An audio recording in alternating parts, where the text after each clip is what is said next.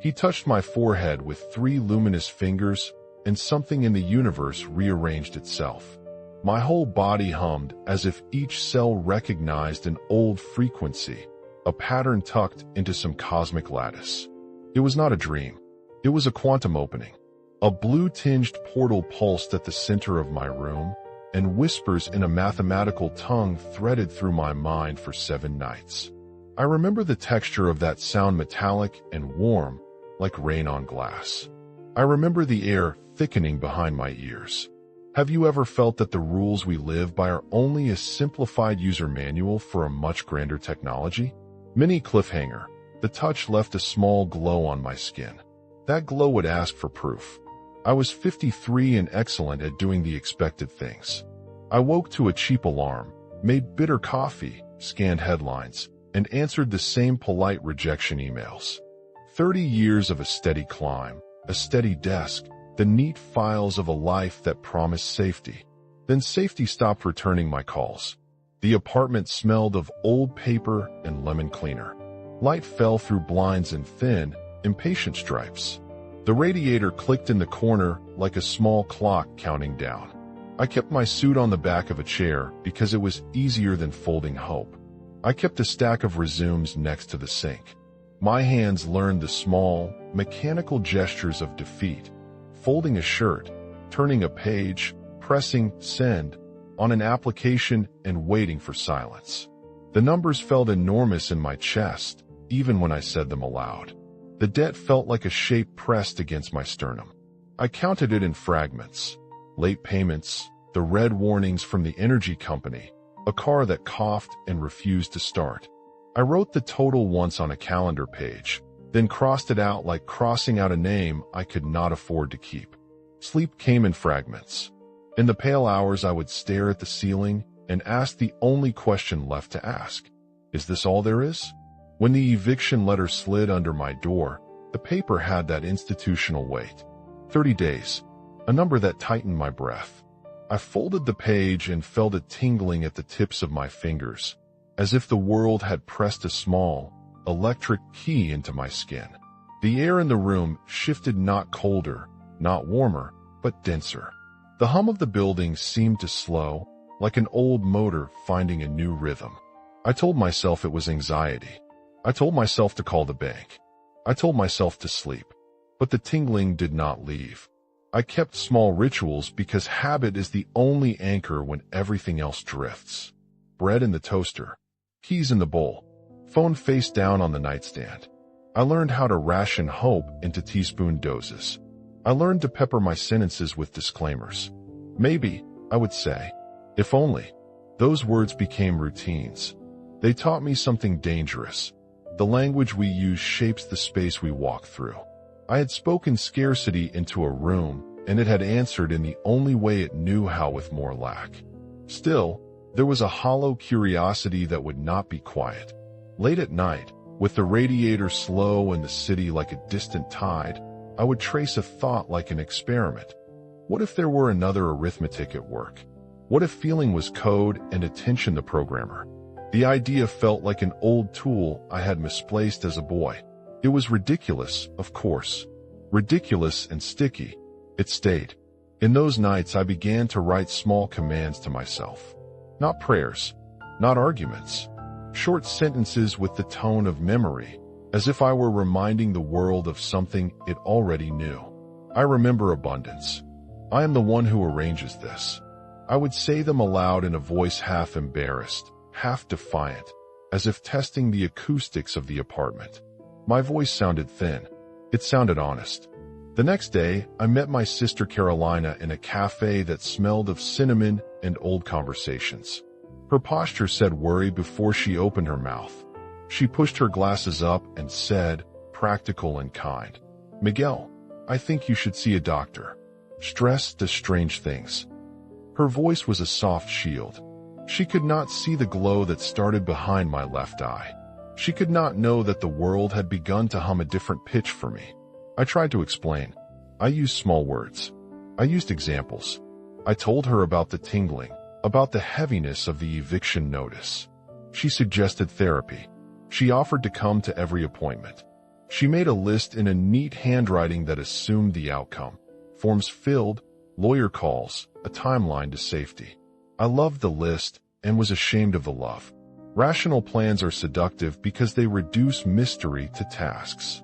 But the hollow curiosity persisted like a small animal in the ribs, patient and unbothered by logic. That night the apartment lights went out for a breath blackout for the block. The city exhaled in darkness. I sat on the sofa, palms flat on my knees. The room was a black bowl, and in the center of my chest a warmth spread like a coin melted into skin. It was during that silence that the room changed its texture. A faint blue pulse came from nowhere and seemed to bloom behind my eyelids. In the dark, I felt the pressure at my forehead, the precise weight of 3 fingers, luminous and cool. He spoke, not with sound but with the clean edges of meaning. I did not hear words. I received them like a set of coordinates. You exist in multiple dimensions at once. The presence said somewhere between an echo and a command. The sentence did not ask me to explain it. It asked me to remember. I will not pretend I did not freak out. My rational mind produced every possible mundane explanation. Meds, stress, sleep deprivation, a trick of light. I touched my forehead and felt warmth under my fingertips. The place where the fingers had rested trembled with a faint blue afterimage when I opened my eyes. My reflection that night showed me slightly altered. My pupils catch a glint that had not been there earlier, a mild ocean in brown eyes. The presence gave me a name. It called itself Zian, a name that sat in my mouth like a new tool. Names have weight. They map where something might belong. Zian's presence was not the crude, metallic thing I expected from stories. It glided, patient and precise. It carried no aggression. It carried a craft. Your planet rediscovers this every 12,000 cycles, it said, and the number landed like a stone dropped in a slow river. What you call the law of attraction is a technology of reality programming. Truth arrived as a sequence of small, strange proofs over the following days. My reflection bore the same subtle change. My breath, once shallow, found a new rhythm. My insomnia shifted from panic to a kind of receptive waiting. Each small sign felt like a card laid down in a gambler's hand. I wanted to fold. I wanted to call someone and confess absurdity. Instead, I learned a new discipline, to test. Zian taught me how to make a request that was not a plea. It taught me to make statements that felt like memory. It taught me to breathe with a code. Inhale 4 seconds, hold 8, exhale 7. The rhythm was oddly simple and oddly precise.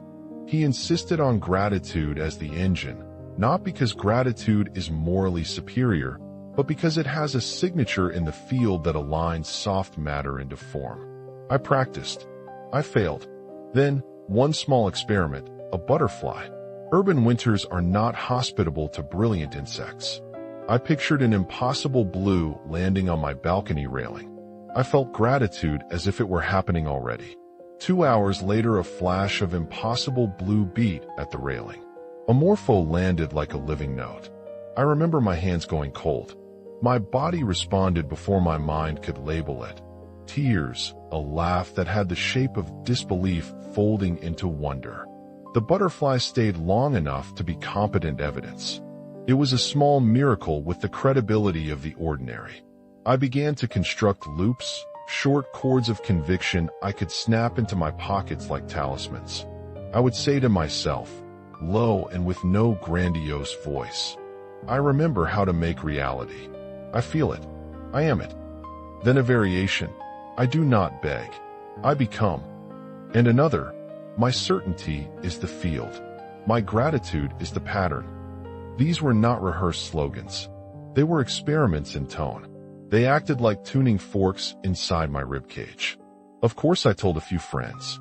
Eduardo called about an old job and said he dreamed of me. He offered a lead. Coincidence, they called it. My physics friend laughed.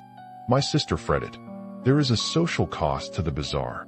There is also a hunger when you keep seeing small openings and no one believes the map you're reading. I spent nights reconciling the cultural expectation of sanity with the private lodge. Small cliffhanger. On the 6th night after the first touch, I sat cross-legged on the floor and opened myself to a larger claim. I would ask for more than a butterfly. I would ask for proof that could settle the house in my chest. I would do the work even if the world mocked me. The next morning, a call came from across an ocean. The voice on the line said a name I almost forgot. The voice said my inheritance was waiting. Chamata Organica. I'm sharing this because these ideas are new to me and to this channel. If this story reaches 1,000 of you, it helps this work keep going. If you're watching, write your city and country in the comments. It matters where you listen from. Mini cliffhanger. I hung up the phone with a trembling certainty and a strange, small fear because proof had arrived, and with it, a question I had not yet learned to ask. It was 3:27 in the morning. The clock on the nightstand blinked faintly and then dimmed. The room filled with a color I have no single name for, blue pressed through indigo, threaded with violet, moving in geometric pulses. The air tasted faintly of metal and orange peel. The building's distant noises faded into a single low chord. Time felt elastic. My breath moved with it. At first I saw only the outline. A tall, lean silhouette that hovered an inch above the floor. The shape was human enough to be recognizable and alien enough to make the edges of my understanding itch. As it moved closer, I noticed texture. The skin seemed crystalline, like liquid glass under moonlight. Light did not reflect off it. Light lived inside it and pulsed outward. The hands had 3 long fingers that tapered like tuning forks. I felt a calm that was not the absence of fear, but the presence of recognition. My chest loosened. My scalp tingled. The sound in my bones matched the light. It was as if something old and patient had arrived to correct a crooked frame. It spoke into me, directly, not with words falling into my ears, but with meaning folded into the architecture of my mind. The name it chose for me, Miguel, landed as if returned. You exist in multiple dimensions, it said, and each syllable had the weight of a small doctrine. The physical world is the final stage. Before form, there is pattern and command. I had to steady myself. The rational mind offered all the usual defenses. Then its 3 fingers brushed my forehead. The contact was cool and precise.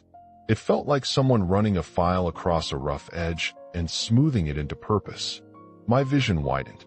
For an instant, I saw the room as a map of threads, lines of light running between objects, between hearts, between thought and thing.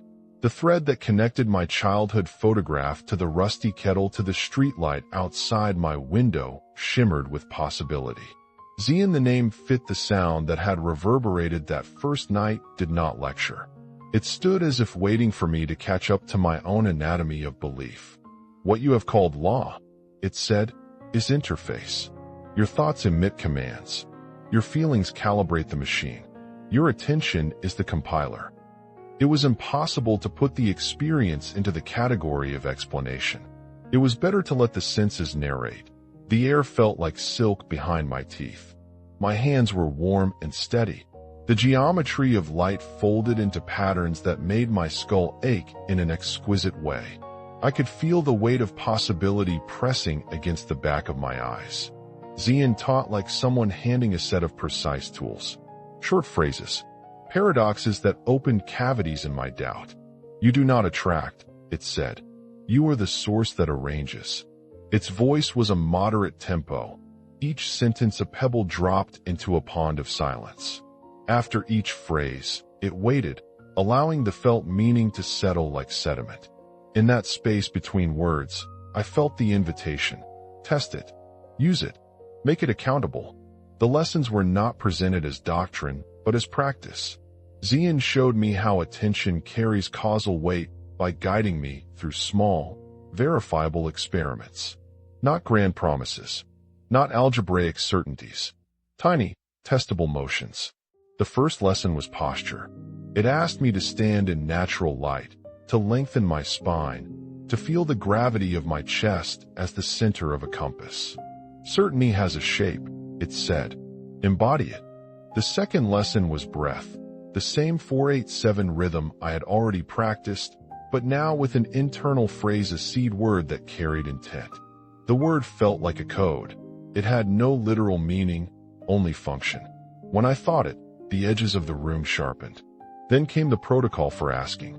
Xian taught me to choose something that my mind would not be able to rationally manufacture in a moment of panic, something improbable, but plausible to my deeper self. The instruction was elegant in its simplicity. Feel as if it already is. Feel gratitude as if the event were a present experience, not a wish.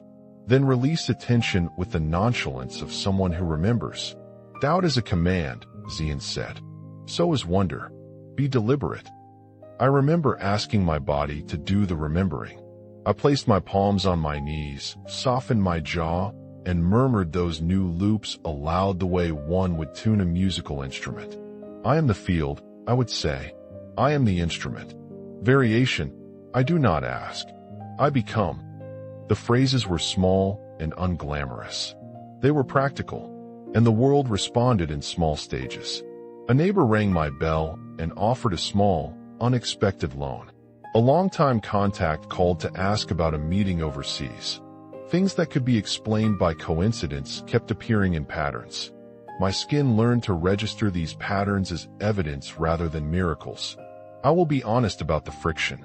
There were nights when the skepticism returned with silver teeth. My friend Fernando, a physicist with a laugh like a gavel, sat across from me and said the universe does not care about feelings. He was not cruel. He was right in his framework. But we live within many frameworks at once. The test was not to disprove him. The test was to show what happens when I shift my internal scaffold and keep my obligations to the outer world. The real turning point came when Xian instructed a larger experiment. To imagine not a small personal comfort, but the resolution of the problem that sat like a fist in my life: the debt, the house, the eviction. It felt excessive and reckless. My rational mind cataloged all the ways it could not be.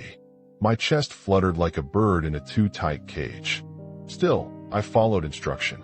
I sat in the center of the room. I dimmed the light until the blue from the street seemed like an echo.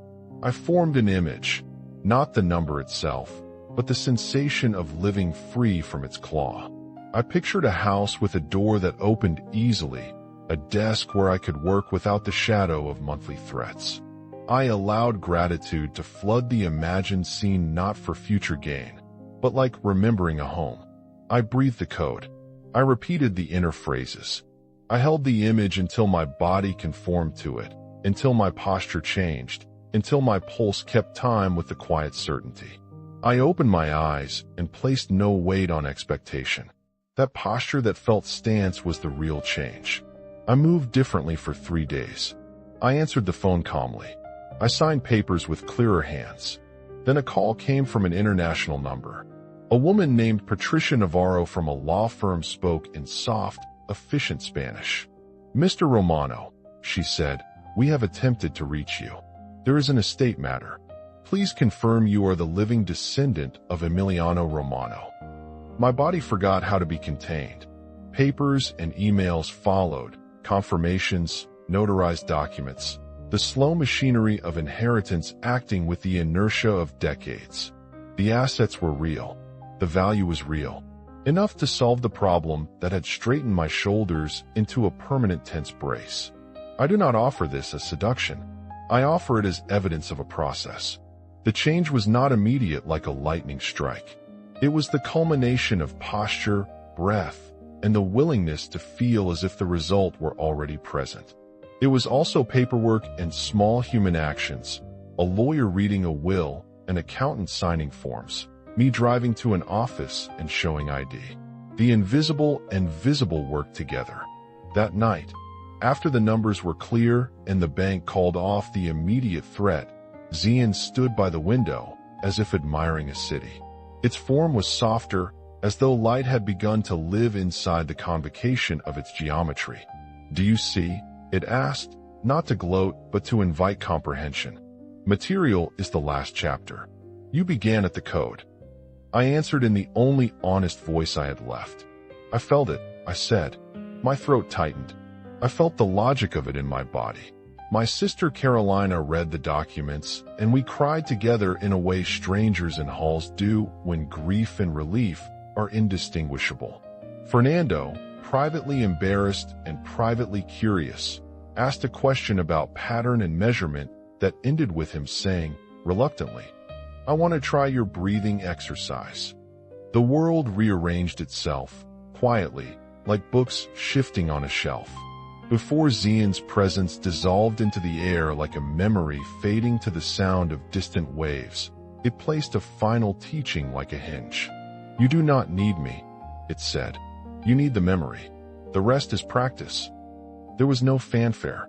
Its outline smudged against the light, and then it was gone. The blue pulse in the room retreated into ordinary dusk. I sat on the floor breathing, palms open. The crystal lay cool against my skin. My eyes were wet. The house that had been at risk was saved. The debt was not a ghost any longer, but a number folded into a new plan. The miracle had a paperwork trail and a gratitude trail and a body that now recognized certainty. Mini cliffhanger. I would later learn that the inheritance was not just a solution, but a responsibility and invitation to open the house as a place for practice, not a fortress for status. I had to decide what to do with that invitation. I woke with my face pressed to the pillow and the memory of blue behind my eyes. The room smelled of cold coffee and the lemon cleaner that never quite left the sink. Light came through the blinds and narrow ribs. My forehead where Xian's fingers had rested was warm, a smoothness that did not belong to bruises, but to something polished. I sat up slowly, fingers trailing the mattress as if checking that the world held together. In the mirror, I saw a change that felt private and ridiculous to note. My pupils caught a small, steady glint, nothing cinematic, only a clarity in the brown that made the room look sharper. My chest, which had been a knot for months, felt like it had a seam undone. Breathing was easy in a way it had not been in years. The simplest acts, buttoning a shirt, pouring coffee, seemed offered to me rather than extracted. I said nothing out loud. I watched myself move like an anthropologist watching a subject begin to remember a language it once spoke. Then the phone rang. Eduardo's voice filled the small kitchen with its accustomed casual cadence. He sounded half asleep and oddly sure. "Miguel, I dreamed of you," he said. "There's an opening at a firm across town. It sounds like something you could advise on. Want me to make an intro?" My hands went cold. The scene from the night before, the image Xian had placed in me as instruction, not prediction, folded around the call and fit exactly. I let the silence after we hung up be a test. Coincidence is a blunt thing. It can be a comfort. But coincidence doesn't come with breath that tastes like possibility. I walked to the window and pressed my palm flat to the glass. Outside, a bus hissed to a stop. A dog barked. The city kept its ordinary ledger of noises. Inside me, something was recalculating. Xian appeared then, not in the dramatic way of a film, but as a folding of depth into the room. He stood at the edge of my kitchen island, his light soft, his posture patient. He did not need to be seen to be real. "Thoughts are not predictions," he said into the space between my ribs. "They are instructions. Feeling is the compiler." His words were short, like stepping stones. Each one landed and left a ripple in my body. He taught me to hold a small protocol, as if teaching a locksmith the feel of a key. Stand in light. Find the spine. Allow the chest to widen like a door opening from the inside. Choose a seed word, no meaning needed, only tone. He placed a sound in my mind then, a syllable without language. When I thought it, corners of the room sharpened. Not metaphorically. The corners physically seemed nearer, as if my attention tightened the space. That afternoon I practiced a posture he'd shown me in the doorway. Feet grounded, shoulders soft, sternum forward as a statement rather than a strain. I repeated 2 short phrases aloud, quietly, like rehearsal. I hold the field. Then, I arrange what I become. They felt odd. They felt right. Each time the phrases fell, my throat relaxed, my jaw unclenched. My hands went from trembling to steady. I needed more evidence than a phone call and a bodily lightness. Evidence that could not be waved away in polite conversation. So I planned a small test, an experiment Zian nodded at in the night and left in my hands like an instrument. I chose something improbable but not impossible. A blue butterfly on my narrow city balcony in the heart of winter. The absurdity was part of the calibration. My rational mind refused to consent. My fingers started forming the ritual anyway. I sat on the floor facing the balcony door. The apartment smelled of stale bread and the faint metallic ghost of the radiator. I set a timer, more to mark the seriousness of the act than for any technical reason. 4 seconds in, 8 hold, 7 out. The breath mapped itself against the wall of my chest. I used the seed word and felt the syllable like a tuning fork inside the sternum. Gratitude followed like a practiced muscle. Thankful for the sight, thankful for the presence, thankful for the memory of abundance. When I opened my eyes, the air in the room had a sheen, like heat over asphalt, though the window was cool. I placed no stake on success.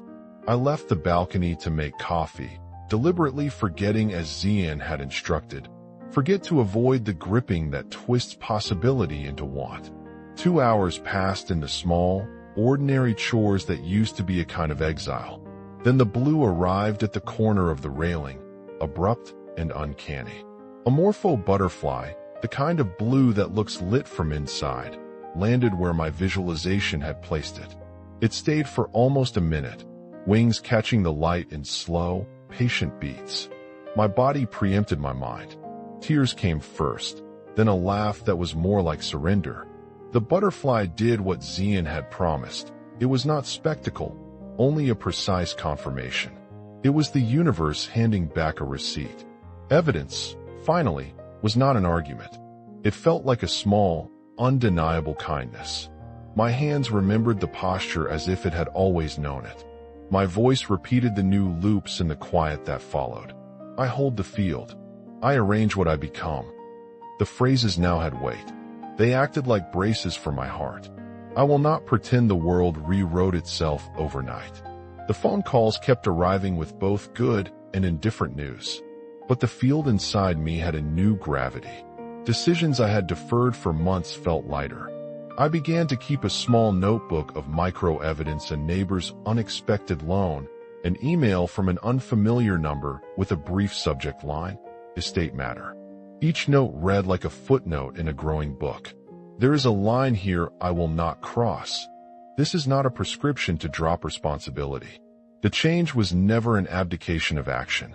It demanded paperwork, phone calls, and the dull arithmetic of bureaucracy. It demanded that I go to the bank and sit across from people. The magic, if you must call it that, cleared the lens so I could act without trembling. Tonight, as the blue in my eye settles into a steadier color, Zian poised the next instruction like a hinge. He said nothing larger than a suggestion. If I could tune for small things, could I tune for the problem that felt like a stone in my chest? Could I move not only butterflies but balances? The question hummed, and in the humming I felt the stakes swell. I would try. I would move from demonstration to test. The next morning would not be ordinary. Part 4 mini cliffhanger tomorrow. I will try not for a comfort, but for the untying of the knot that threatened my home. I will set a field for a number and watch whether the world so stubborn answers. Preparation had become ritual. I learned to fetch the light at particular times, to let the morning feel like an instrument I tuned. The apartment smelled different when I prepared, lemon and paper and the faint salt of tears that had not been wiped. I cleared a patch on the floor, sat cross-legged, and placed my palms on my knees. The posture taught me honesty. If my body would not stand, my words would not hold. The instruction was precise. Pick something improbable but believable to your deeper self. Make the scene sensory. Feel gratitude as if the event were memory rather than wish. Breathe the code 4 in, 8 hold, 7 out. Use the seed word. Release with indifference. Zian's voice in my mind had the cadence of someone describing a craft. Not asking, he said. Remembering. I tested in small layers, each experiment a rung on a ladder. The first was the emotion is the signal, he said. It commands. I practiced feeling with my body. I softened around the sternum. I let my throat open like a door. I allowed my eyes to water in the rehearsal of gratitude. The sensation of having something of being in it now was the command. I developed short loops, my private mantras, to carry in pockets of breath. They were not slogans. They were tonal anchors, little operations I could run in any line at a supermarket, in a bank queue, at a red light. The first loop, I am the arranging presence. The second, gratitude remembers what is already true. The third, softer and rarer, I let the world respond. Each one shaped posture and mood. They were distinct from the usual affirmations I had tried and discarded. They felt like tools, not medicine. A friend asked to watch me do it. I remember Eduardo on the sofa, curious and skeptical, watching while I sat at the balcony door and breathed the code. I described the scene as if telling an old story, not pleading, not promising. He asked me if I felt silly. I told him, yes, for a second. Then I felt the aperture in my chest widen and the room seemed to take a breath with me. He left before the proof appeared. Proof came in small stages. Fernando, who had laughed most loudly at my early claims, called me weeks later, voice lower.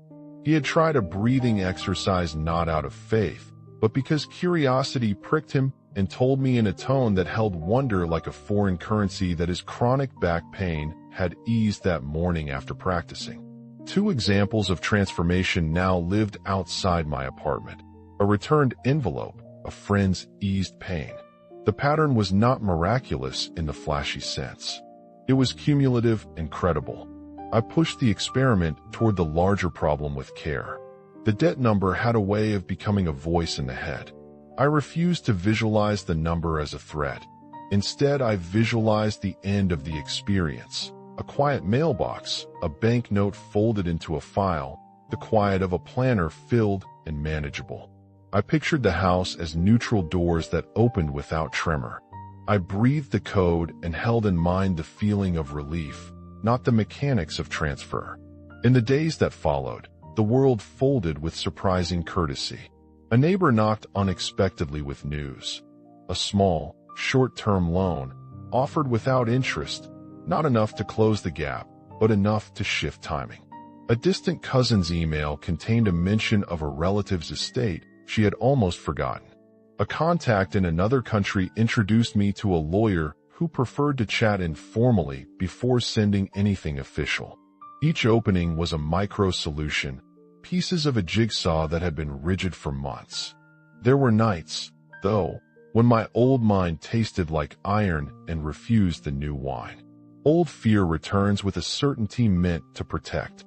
I woke once in a cold sweat, the eviction letter vivid and stupidly immediate. My hands found the crystal Zian had left in my palm, the frequency-made object that hummed faintly against my skin. Holding it, I ran the loops. I am the arranging presence. The noise did not melt away, but the edges softened. The crystal was nothing without the work, but it was an honest aid memoir. On the 6th day, the call arrived. Patricia Navarro from a legal office abroad. Her voice was mild and efficient. She said the name Emiliano, my uncle twice removed, and the word inheritance. For a long moment, I let the syllables collect in my mouth like something foreign. The numbers she quoted later were enough to move mountains of paperwork and close the immediate threat. I signed, scanned, and sent documents as if waking into a life that had always had these options available. I do not claim that my posture and breath paid accountants. They did not. What happened was that posture and breath cleared space for different decisions, different timing, and different interactions. The manifestation had a visible trail, phone calls, lawyers, notarized forms. It was both spiritual and administrative. It demanded the ward of human work, signatures, travel, a dentist appointment that had been delayed. The invisible and visible braided together. I learned another lesson in the experiments. The field is not authoritarian. Doubt is a signal as well. Zian said once. Doubt is a command. Make it conscious. So I practiced naming doubts, like cleaning out a drawer. I would breathe, say the doubt aloud. What if I am deluding myself? And then deliberately follow with a tone. I remember the evidence. The act of naming loosened the knot. It moved disbelief from a tyranny into data. By the end of the week, my notebook read like a ledger of soft evidence. The butterfly, the returned envelope, Eduardo's call, the neighbor loan, Patricia's email. They did not guarantee a permanent arc of prosperity. They offered a different taxonomy for possibility. The world did not become a benevolent machine. It became an instrument I could learn to play. I will tell you one more thing plainly. Not every test succeeded. I once asked for a small immediate cash payment from an acquaintance, visualized the scene with gratitude, and heard nothing but the polite delay of a human who had already made another choice. The lesson was humility. Practice invites results. It does not demand obedience. That boundary kept me sane, and the stakes rose. The debt was still a number. The eviction deadline still loomed in my pocket like a coin. The next experiments would need to be more careful, more honest, and, I realized, more public. If the field was real, it could not be a private inward trick. It had to survive ordinary skepticism and paperwork and the dull glare of other people's eyes. Part 5 mini cliffhanger, so I decided to apply the practice to the thing that mattered most. Not a test for proof, but for resolution. I would tune for closure, not for comfort, and then sign the papers that would turn possibility into a ledger. I told Carolina before I should have. She sat across from me at the cafe with her cardigan pulled tight, the cinnamon air wrapping her in a way that made her look softer and braver than she felt. The letter of eviction lay between us like a small, honest animal. I tried to explain without the grandiosity of the visitation. I spoke of posture, of breath rhythms, of the morpho that had landed on my railing. I watched her face shift through registers of worry, pity, and finally an economic kind of terror. Listen, she said, hands folded, voice low. I know you. You do not take risks for spectacle. But this communicating with aliens, manifesting butterflies, it sounds like denial. Miguel, you need a therapist. Or a doctor. Or both. Her worry was a map of love. I did not blame her words. I love the map. Her disbelief opened a wound I had not expected. For years, she had been the practical spine of the family, the one who would call to remind me about forms and appointments. To her, the world was a ledger and a responsibility. My new horizon felt like a betrayal of that ledger. I understood. I sat with the contradiction. I needed her trust, and she needed evidence that I had not abandoned reason. I tried Fernando next. I invited him to my apartment under the pretense of coffee, because he is a man who will accept the coffee, but not the metaphysics. He arrived brisk, full of the blunt warmth of a scientist certain of his categories. He asked for an explanation. I gave him the protocol: posture, breath, seed word, emotional fidelity. He listened, then laughed polite, then sharp. Miguel, he said, this is cognitive bias and pattern recognition dressed as mysticism. The human brain is a pattern machine. You are seeing connections where there are statistical accidents. He pushed a paper across the table, an article about confirmation bias that I read with a sinking, embarrassed interest. I bristled. For a moment, I wanted to prove him wrong with something undeniable, a miraculous ledger that would not yield to opinion. Then calmly, more calmly than I felt, I said, try the breath. He scoffed. He tried it anyway, because curiosity is a human weakness and a scientist's tool. He did the 4-8-7 once, twice, and then sat back. He admitted later, embarrassed, that he had slept without waking for the first time in weeks. He kept the secret like contraband. The social cost of my story was real. People whispered. Some smiled indulgently and asked for the recipe. Others withdrew. The bank's calls kept their rhythm. The man across the hall who had always been friendly nodded to me now with the wary civility one offers to someone who is becoming a different kind of neighbor. I felt isolation as a pressure, but also as a refining fire. It forced me to test the practice in the presence of doubt. We sat among the forms and the coffee cups, and for a moment the room was simply honest. The fact remained, to the world, what I was doing looked like either inspiration or madness. To me, it felt like learning to read a language that had always been printed in the margins. Zian appeared that night with less of the theatricality of the first nights. He did not invade the space. He suggested like a skilled teacher nudging an apprentice toward a tool they had not yet learned to use well. Doubt is part of calibration, he said. Use it. It will tell you what you still hold as threat. Then choose differently.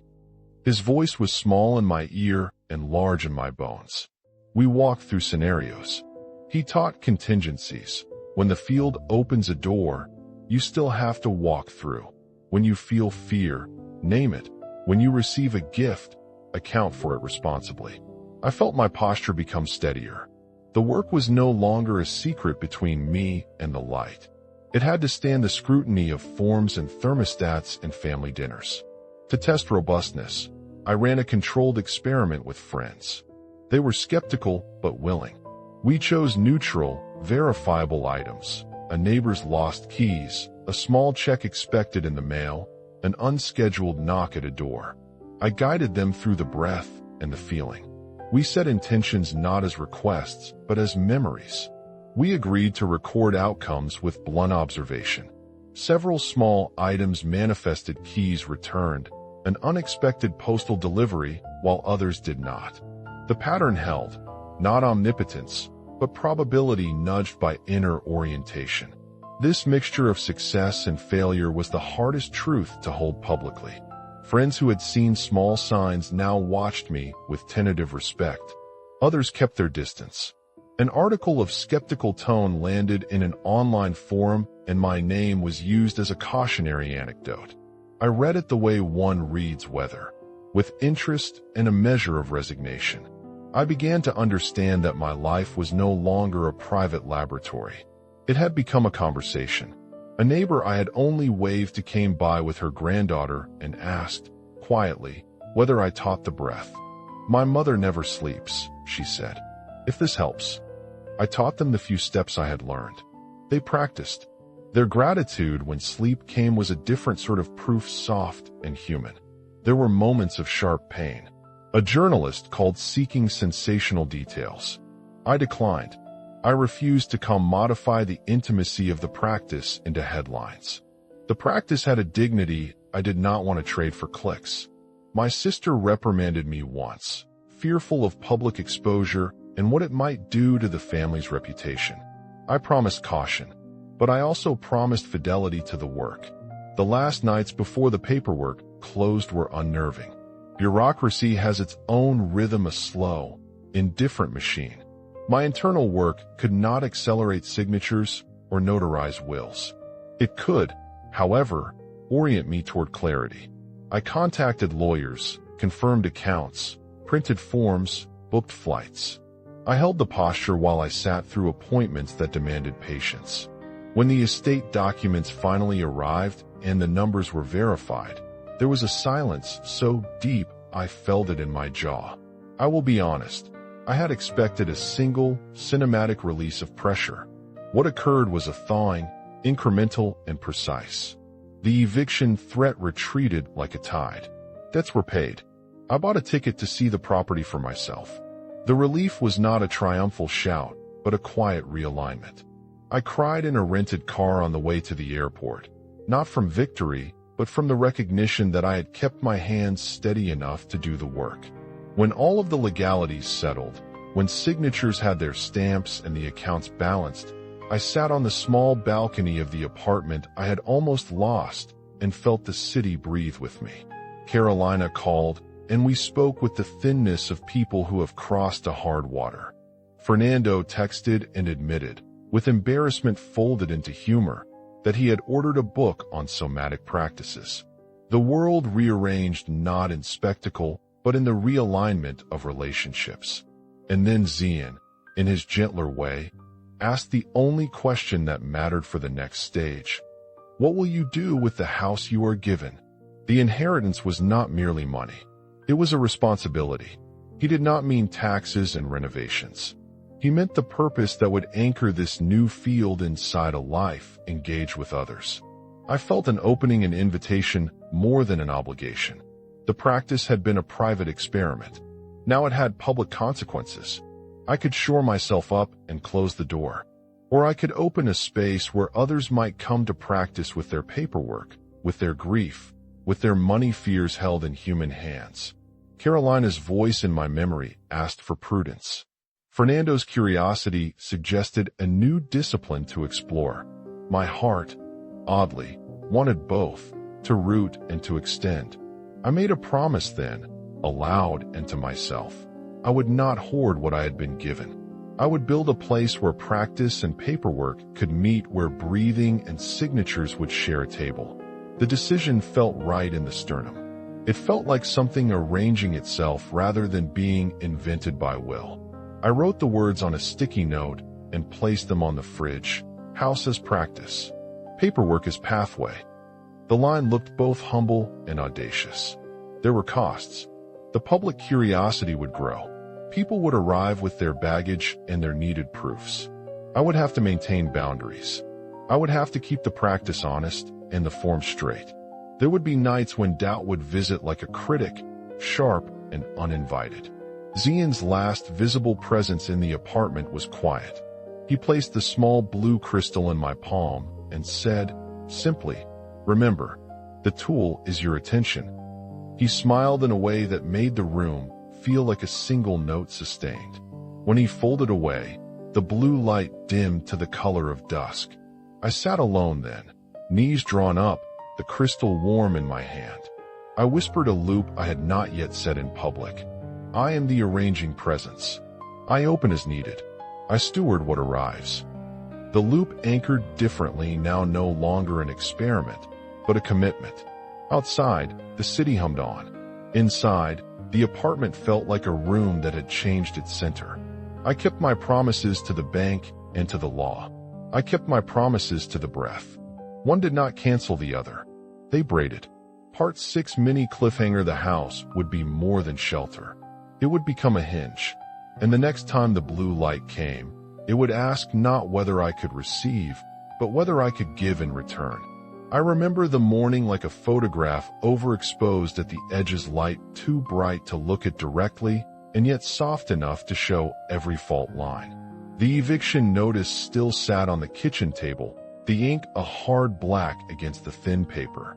I folded it once more and laid my fingers over the crease until they felt warm. The apartment smelled of lemon and the old coffee I never finished. Outside, the city moved as if nothing had shifted. Inside, something had. I sat on the floor, feet crossed, palms face up. I breathed the pattern Zian had given me: 4 in, 8 hold, 7 out, and felt the code stitch itself into my ribs. I chose an intention as he taught me. Not a wish, not a demand, but a remembered scene. I pictured a mailbox quiet at dawn. I pictured a clean balance on a ledger. I pictured a key sliding into a lock without trembling. I held the feeling as if it were already true, like a memory of relief. My phone rang. The international number had a small country code I did not recognize. Patricia Navarro's voice was precise, professional, the sort you might hear behind a closed legal office door. She said the name Emiliano and then the word inheritance in a tone that made my breath thin. She read numbers. She read addresses. I let her speak, and I let my body register each syllable as if marking a sequence on a machine. There was work to do: signatures, notarizations, translations. Paper needs paper. The practice had not been a spell that bypassed human logistics. It was a tuning that cleared space for other people to do their jobs differently. I moved through the mundane as if in a trance, scanned pages, faxed copies, called banks. Each call was the same ritual of breath before I spoke. The posture steadied the voice. The voice steadied the world. At midday the bank called. An automatic voice, then a human who had the courtesy to sound surprised. "Your account shows a pending transfer," she said. My jaw loosened before my mind registered what she had said. The word pending sounded like a hinge opening. The eviction date, which had been a drumbeat in my sleep, began to recede into a cadence. The items read like receipts for a life rearranged. The ledger kept me honest. It refused grandiosity. It demanded a record. There was a moment of quiet before leaving for the flight I had bought with money that had been tight only days before. The apartment felt like a room that had been reassembled around a different center. I put the small blue crystal in my palm, closed my fist around it until it warmed, and ran the loops I had been carrying like coins. I stand in the open. I hold the ledger of possibility. I return what I receive. The loops were not incantations. They were tuning forks that set my jaw and my shoulders. At the airport, I watched people with the attention of someone noticing the grain in wood. A woman with a child hummed under her breath. A man read a book he would later dog-ear. In the terminal noise, the crystal hummed against my skin like remembered music. The house on the Florida coast felt oddly immediate, not fantasy, but an available room in the larger house of reality. If the practice had opened doors, the work would now be to walk through them responsibly. When I arrived at the property, it looked as I had pictured: white columns, a hawk circling in the blue. The wind smelled of salt and paint. The lawyer met me with a stack of papers and a grin that made room for the absurdity of luck. We spoke through forms, signatures, and notary stamps. Each stamp landed like a small bell. When the final page slid across the desk, I felt something inside me unclench. I signed. I folded the papers and put them in my bag like a bundle of new habits. It rained that evening. The sound on the roof was steady and gentle. I stood at a window and watched water make tracks on the stone. My fear did not evaporate. It simply stopped speaking so loudly. There was gratitude, yes, but also a new responsibility. This house was a hinge, Zian had said. Hinge implies movement in both directions. I called Carolina. She answered on the third ring, voice thin with worry. I told her what had happened in the plainest words I could find. She asked about legalities, taxes, fees. I gave her the facts, and then, because she had always been the ledger keeper of our family, I promised transparency. I would not hide signatures or stow gifts. I would not be reckless. Later that night, alone in a rental near the house, the blue light returned.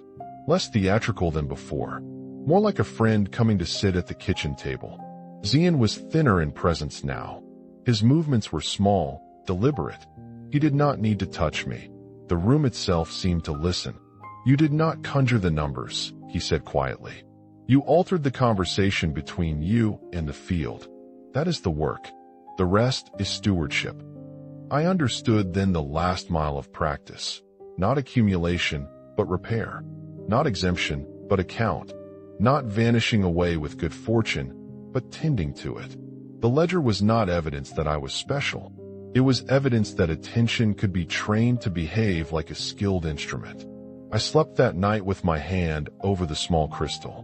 I did not dream the way I had before, wild, jagged, panicked. I dreamed in slow frames. A door opening, a mail slot emptying, a neighbor asking for help. The dreams felt like instructions. Mini cliffhanger. I would soon face the question Zian had asked softly that first night, but this time the stakes were public, and the answer would demand more than relief. It would demand offering. The room where Zian appeared that night smelled faintly of cedar and rain. The house had become a geography of small confidences. The cleaner in the next town who complimented my handwriting. The lawyer who sent a note of practical kindness. The neighbor who left a casserole. These were small currencies that paid for the practice as much as checks could. Zian was less luminous than before. He moved as if he had learned to economize gesture. His voice arrived not in my ears, but like a vibration in the hollow behind my breastbone. You have learned the first rule, he said. You remembered how to be present. The second rule is craft. He taught me to translate feeling into form. Not metaphor, not sermon, but recipe. First, posture. Sit as if you expect company. Spine straight. Chest soft. Chin level. Posture is not armor. It is an orientation. It changes the angle at which the world arrives. Second, breath. The code is the code 4, 8, 7. Use it as a reset. Use it in lines at the bank, in queues at the post office. It is portable and immediate. It renders the nervous system obedient to a different order. Third, the seed word. Zian said the seed word is not magic but a pointer. It anchors the mind. Choose a word that is believable to you. Mine was a small verb, arrange. If you whisper it, your muscles respond. If you say it aloud before a conversation, your tone changes. Fourth, emotional fidelity. This was the most radical instruction. Do not fake it, he said. Find the exact nuance of gratitude that your body can house without betrayal. That meant feeling relief as memory, not wanting as ache. It meant allowing the throat to open, the sternum to soften, the eyes to water with the salt of something already received. He gave me practices that were sentences to inhabit. They were short, operational, and in first person. I learned to speak them silently and then aloud. I stand in the open. I would say this when I needed to be available without grasping. It loosened the shoulders. I hold the ledger of possibility. This one I used before negotiations, before calls with lawyers, before signing any paper. It steadied my handwriting. I return what I receive. I used this when a gift arrived. It grounded the impulse to hoard. We practiced naming doubt as a method. Zian insisted, doubt is data. We sat facing each other and I said aloud, what if this is temporary? He listened like a patient accountant. Then he had me say a balancing truth. The ledger shows evidence of new patterns. Saying both moved me out of paralysis and into choice. He taught me a protocol for gifts. When abundance arrives, practice 3 acts: account, honor, and allocate. Account means write it down. Honor means say thank you with specificity, do not generalize gratitude into a haze. Allocate means assign purpose, set a portion for tax, a portion for repair, a portion for others. These acts prevent the soul from becoming anxious about luck. He spoke of ethical boundaries with a clarity that made the room cool. You will be asked for miracles, he said. You will be asked to guarantee outcomes. Say no when needed. Say yes when you can carry the consequence. The code included refusal. It included paperwork. In practical terms, he taught me how to turn the inner practice into an operational habit. At dawn, breath, posture, 3 loops, 10 lines in the ledger naming what I had and what I would steward that day. Before any meeting, 2 breaths, seed word, posture.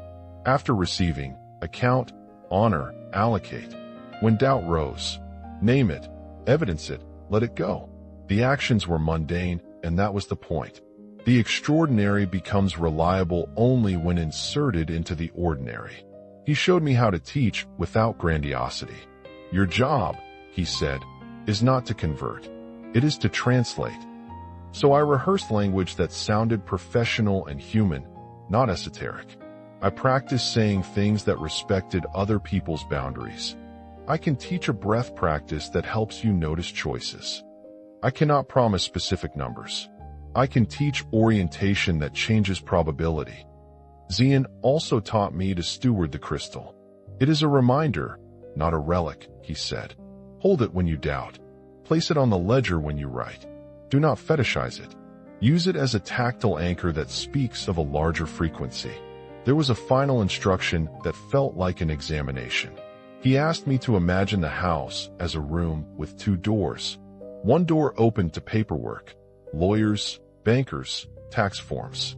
The other opened to practice, breathwork, posture, witness. Both doors needed staff who could walk both thresholds without slipping into showmanship or credulity. You will have to translate ceremony into receipts, he said. Be careful with language. Make room for skepticism. Let structure carry the practice. The stakes were clear. The house would attract people with real needs: mortgages, grief, illness, shame. The practice could not promise cures. It could reorient people to choose differently inside their lives. The code was not a panacea. It was a discipline. He closed the lesson with a paradox. "You are not a vessel to be filled," he said softly. "You are a conductor. The music passes through you. Keep the baton light." I practiced saying the operative phrases until the room only became quieter, the kind of silence that is shaped by material things, paper on wood, the settling of a house. When he was gone, the blue of the crystal remained, dull as dusk, but present. The first days of opening the house were practical and strange. I said hours. I posted a small notice, "Practice and paperwork by appointment." The words felt absurdly plain and exactly right. People came bearing petitions and files. They came with grief and mortgages. They came with skepticism stitched into their faces. I structured sessions as Zian had suggested: a short posture and breath, a witness, and then paperwork. The rhythm made space for both the invisible and the mundane. A woman arrived with 2 overdue notices and a voice lined with shame. We sat. She breathed. She named the fear aloud: "I will lose my home," and we wrote it down. Then she held the posture and said the seed word I taught her. The air in the room changed in the way it does when a hand sets something steady on a table. She left with a plan and a small payment arrangement arranged that afternoon with the firm I had friendly ties to.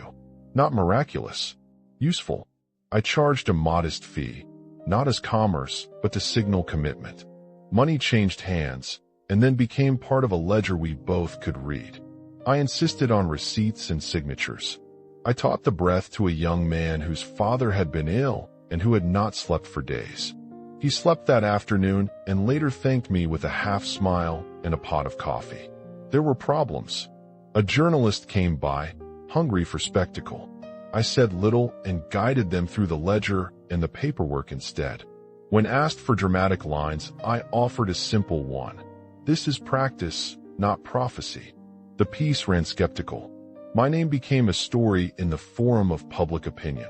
Some joined in curiosity. Others left with the polite distance you keep from neighbors who change.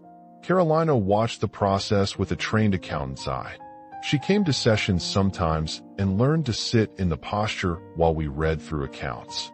Her skepticism softened into a practical care that made our relationship steadier. Fernando visited and brought a thermos of strong coffee.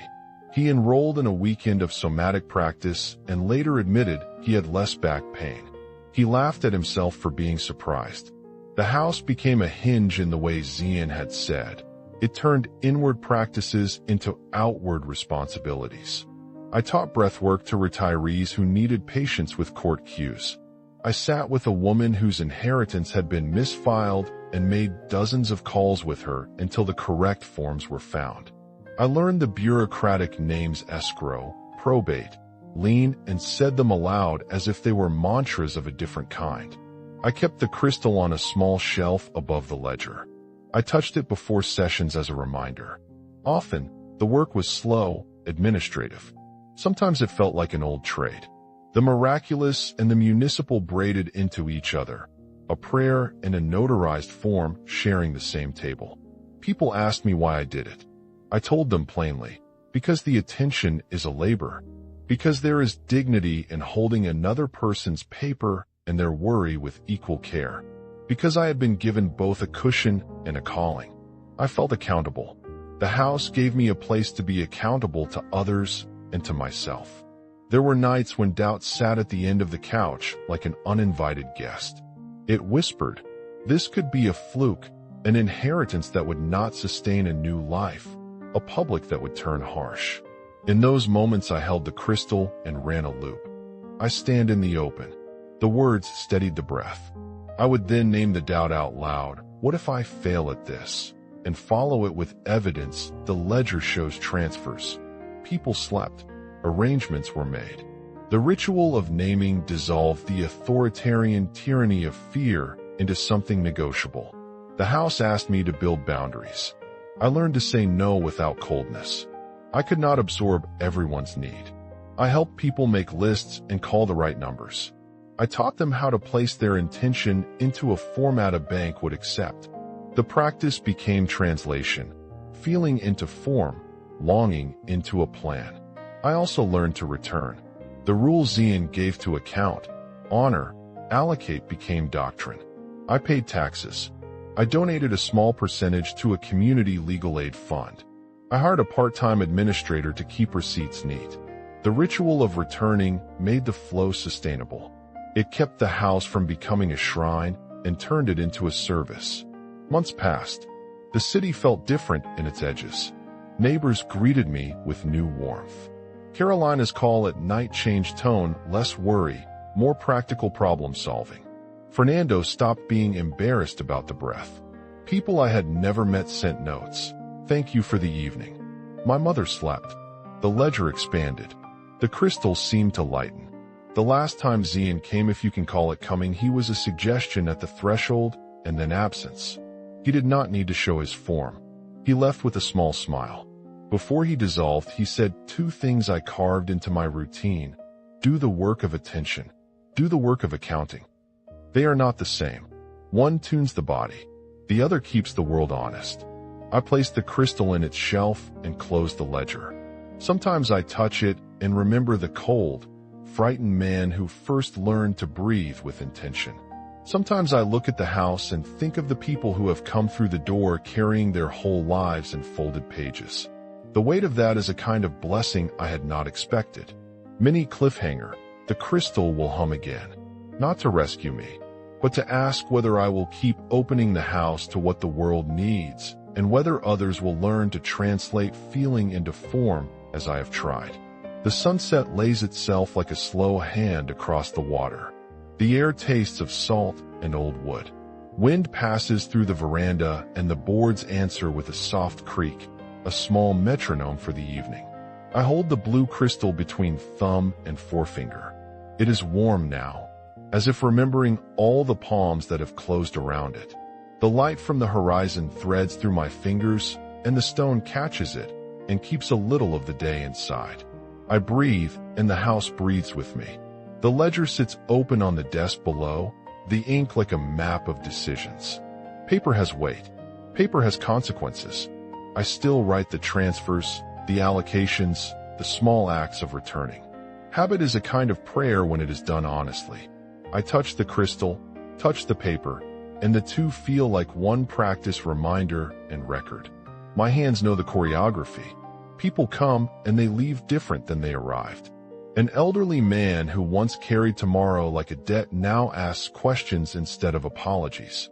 A woman who did not sleep for weeks slept through a storm after a single session and called me the next morning with a laugh in her voice, as if surprised by sound itself. A young teacher brought proof of a corrected inheritance claim and cried quietly when the clerk signed the final page. These are small miracles of form, posture, breath, a plan translated into a number on a page. The ledger is full of those numbers. Its lines are evidence and also a covenant. I do not perform. I translate. That phrase has become a rule of conduct. Translation is humble work. It requires listening. It requires language precise enough for banks and courts and warm enough for a trembling chest. I teach posture like an offer. Spine long, chest soft, chin level. I teach breath as protocol. For in, 8 hold, 7 out repeat until the room unravels the tightness that made the breath uneven. I teach a seed word. Mine is arrange. Whisper it, and the shoulders remember order. My days are now punctuated by small liturgies.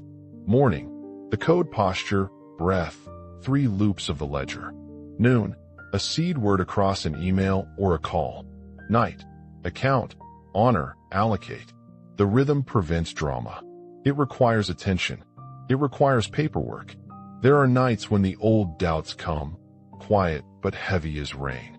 They sit at the edge of the kitchen like an uninvited guest and list all the reasons the work might fail. I place the crystal in my palm. I breathe. I say the loops aloud for my bones. I stand in the open. I hold the ledger of possibility. I return what I receive. I stand in the open and I feel the shoulders loosen. I hold the ledger and my handwriting steadies. I return what I receive and the chest softens like a tide. These are not slogans. They are mechanical acts that alter the geometry of attention. There is a danger in charm and a danger in dogma. So I built structures. The house has appointment hours. Receipts are given. A modest fee is charged. Nothing is promised beyond orientation. The language is precise. The contracts are clear. People saying no is itself a practice of ethical attention. The city has changed at the edges. Neighbors nod more readily. The postman hesitates and then tells me, quietly, that his mother slept for the first time in years. Notes arrive in envelopes, small messages of thanks that smell faintly of coffee and ink. The house is not a shrine. It is a hinge. It turns inward practice into outward responsibility. And yet there is a whisper I cannot remove. Sometimes at dusk, the crystal hums in a tone too fine for the ear. It is not a rescue. It is a question folded into vibration. When it hums, I am asked whether I will open the house wider, whether I will teach others to translate without becoming a teacher who demands belief, without collapsing into showmanship. The hum is an asking of readiness. I have taught the practice as I was taught, small, procedural, accountable. I show people to name doubt as evidence and to write the evidence like a receipt. I show a simple allocation model, set aside for tax, for repair, for generosity. Account, honor, allocate. That triad has become a daily ethics. It keeps flow from becoming hoarding. It keeps gratitude from becoming fog. It teaches return. There are verbal forms I use now, short, precise, liturgical, but not mystical. They are for waking. They are for conversation. They are for contract. I say to myself, I become the measure of my choices. I say to a stranger, breath first, let the ledger follow. I say to a client, I will teach you orientation, not guarantees. I say to the house, hold this practice lightly. When I need to shift, I run the ritual again. Sit. Posture. Breathe for 8-7. Hold the crystal. Repeat the loops. Inhale clarity. Hold the record. Exhale attachment. The body receives the command and permits different action. Here are the affirmations that have taken root in my bones. They are small, original, and true to this house. I stand in the open. I make room for what arrives. I hold the ledger of possibility. I give numbers meaning. I return what I receive. I keep the flow honest. I say them aloud sometimes, and sometimes only my fingers write them on the paper. They settle the nerves like stitches hold a wound. At night, I walk the rooms. I touch the table where people sign forms. I run my palm over the spine of the ledger. Memory is not only a mental thing. Memory is skin, smell, and the small indent where a pen pressed the page. The house remembers the people who came with their whole folded lives inside envelopes. Their traces are not trophies. They are responsibility. The last time Zian appeared, he asked two things: do the work of attention and do the work of accounting. They are not the same. One tunes the body. The other keeps the world honest. I have tried to live both. I am ready sometimes, and sometimes not. That is the truth of being human. The crystal will hum again. I do not know when. I only know how I will be when it does. Seated, with the ledger open, posture steady, breath set. I will listen. I will choose. I will translate. If you stayed until the end, thank you. If you feel a soft pulse reading this, leave a note. Tell me your city and country and one small change you made today. If you want to follow the next steps, subscribe. Each new voice helps this small house reach 1,000 years. Your comment is another ledger. There is a final knot I leave untied. The portal is not a door to be opened by spectacle. It is a threshold that asks for steadiness. The question it hums now is simple and dangerous. Will you cross into practice as a daily kind of courage? Will you let form carry your feeling into the world? I put the crystal back on its shelf. The sun has gone. The house settles like a chest at rest. I stand one more time in the posture. I breathe the code. I whisper the loops. I stand in the open. I hold the ledger of possibility. I return what I receive. Outside, somewhere, a sound like a bell or a bird answers. The next portal waits. Will you feel it? Will you step?